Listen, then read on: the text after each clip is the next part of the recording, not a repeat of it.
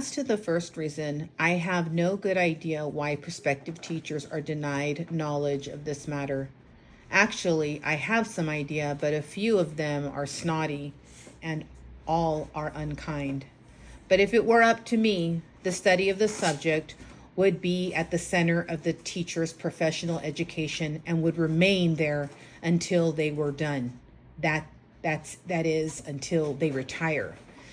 This would require that they become well acquainted with all the writings of Aristotle and Plato, among the ancients Locke and Kant, among the recent ancients, and among the moderns. One A. Richards, Benjamin Lee Wolof, and especially Alfred Kobisky.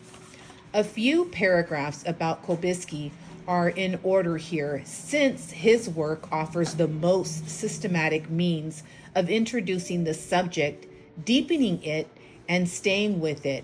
Another reason is that academics at the university level either do not want to know about Kobisky's work, or if they do not understand it, which does not mean, by the way, the fifth graders cannot.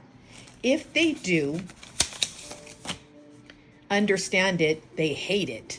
The result is that an extraordinary, valuable means of exploring the relationship between language and reality goes unused.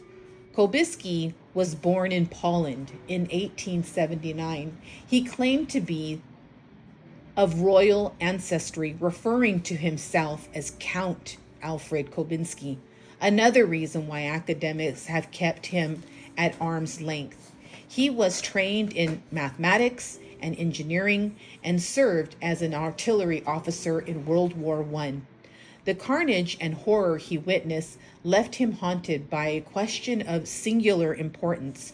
He wondered why scientists could have such astonishing success in discovering the mysteries of nature, while at the same time the non-scientific community experienced appalling failure in its efforts to solve psychological, social, and political problems. Scientists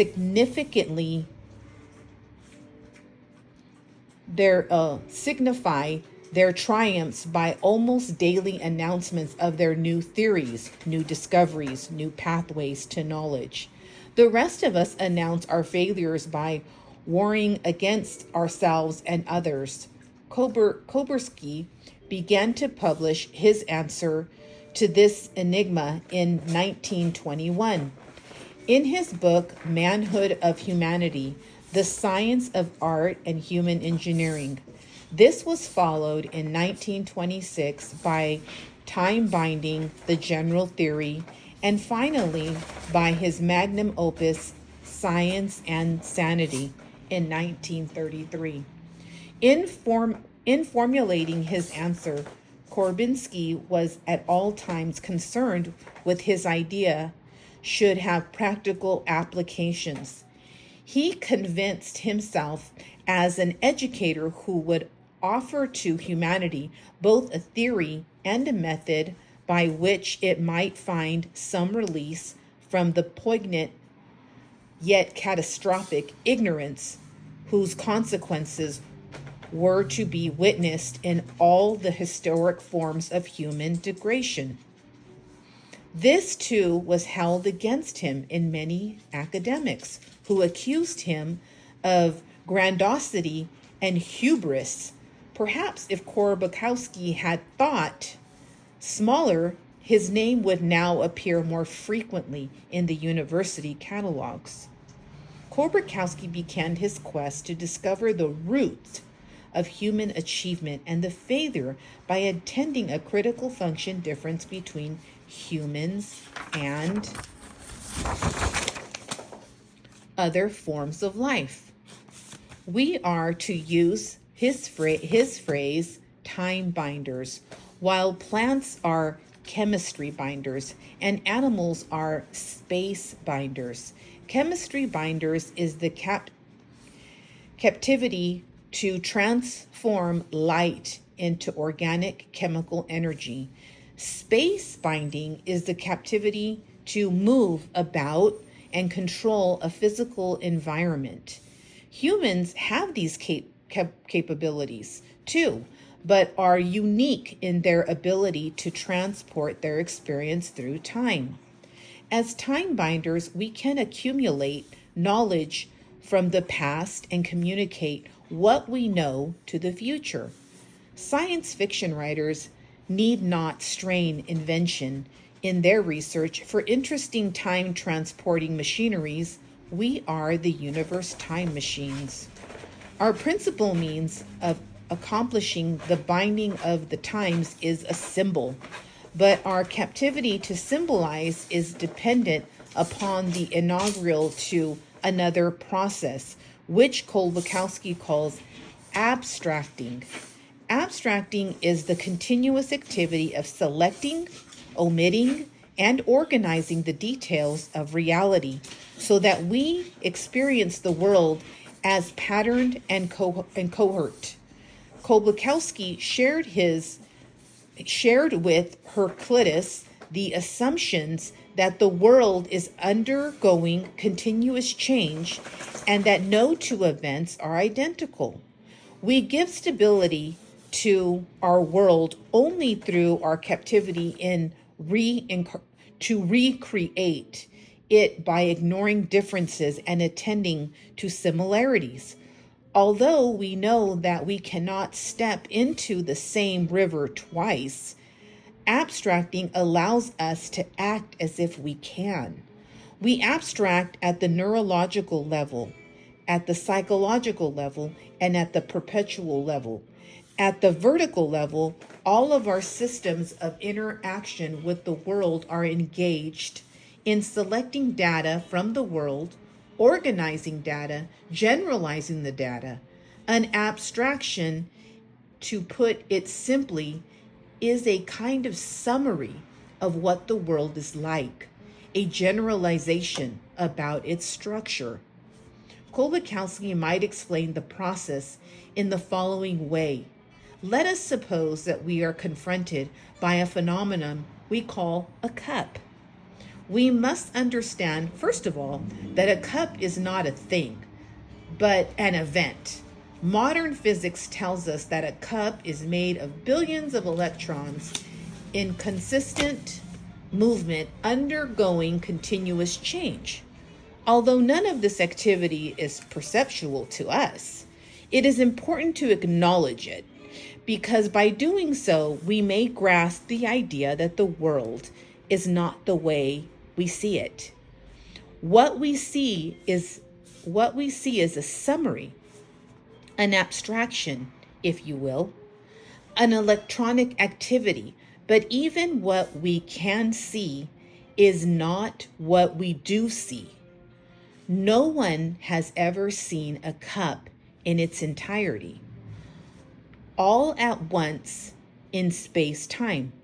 We see only parts of the wholes, but usually we see enough to allow us to reconstruct the whole and to act as if we know what we are dealing with.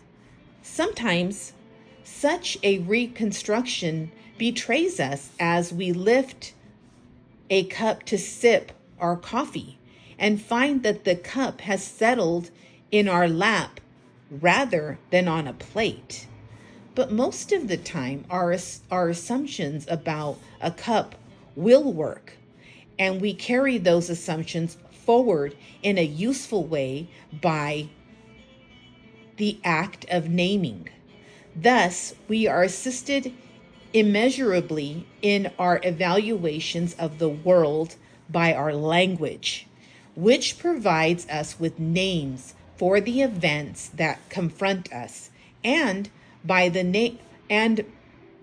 by our naming them tells us what to expect and how to prepare ourselves for that action. The naming of things, of course, is an abstraction in a very high order of a critical importance. By naming an event and categorizing it as a thing, we create a vivid and more or less permanent map of what the world is like. But it is a curious map indeed. The World Cup, for example, does not fact denote anything that actually exists in the world. It is a concept, a summary of millions of particle things that have a similar look and function.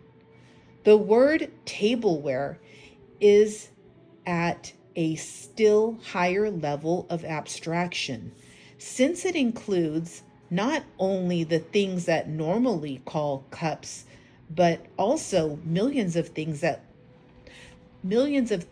look nothing like cups, but have a vaguely similar function. The critical point about mapping of the world through language is that symbols we use, whether patriotism and love or cups and spoons, and always to be considerably removed from the reality of the world itself. Although these symbols become part of ourselves, Kolbakowski believes they become embedded in our neurological and perceptual systems. We must never take them completely for granted. As Kolbakowski once remarked, whatever we say something is it, whenever we say something is, it is not. Thus, we may conclude that humans live in two worlds: the world of events and things, and the world of words about events and things. In considering the relationship between these two worlds, we must keep in mind that language does much more than construct concept about the events and things in the world. It tells us what sort of it tells us what sorts of concepts we ought to construct. For we do not have a name for everything that occurs in the world. Languages differ not only in the names for things, but in what things have chose to name. Each language, as Edward Sapir observed, constructs reality differently from all the others.